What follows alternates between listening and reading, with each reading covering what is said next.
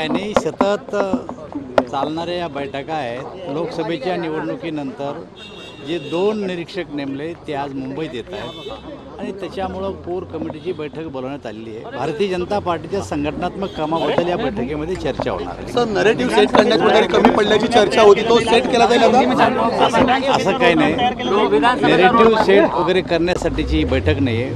संघटनेच्या कामकाजाच्या संदर्भात आणि आगामी निवडणुकीच्या तयारीसाठी असलेली बैठक आहे। लोकसभेच्या रणनीतीत कमी पडले होते, विधानसभेमध्ये रणनीती आता विधानसभेच्या कामकाजाला पक्षांना ऑलरेडी सुरुवात केलेली आहे आणि मला असं वाटतं की जे लोकसभेमध्ये झालं ते विधानसभेत होईल असं नाही, कारण मागचा इतिहास पाहता लोकसभेत पडलेले जे मतदान आहे ते विधानसभेतच होतं असं नाही आहे। कारण 1999ला लोकसभा आणि विधानसभा एकत्र झाल्या होत्या।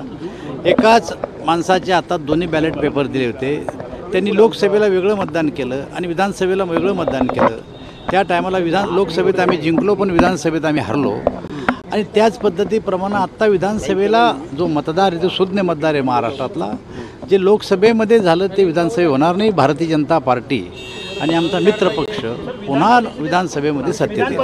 काही दिग्गजांमध्ये तुमचं नाव देखील आहे, तुम्हाला नाही असं आहे की कोणाचं नाव आहे आणि कोणाचं नाव नाही हे आम्हाला ठरवतात नाही। पार्लमेंटरी बोर्ड हे श्रेष्ठी आहे, ते ठरवतील, ते नाव येतं आहे, आमच्या हातात नाही किंवा आम्ही काही आमचं नाव सांगितलं पण नाही की आम्हाला घ्या म्हणून। एबीपी माझा, उघडा डोळे बघा नीट।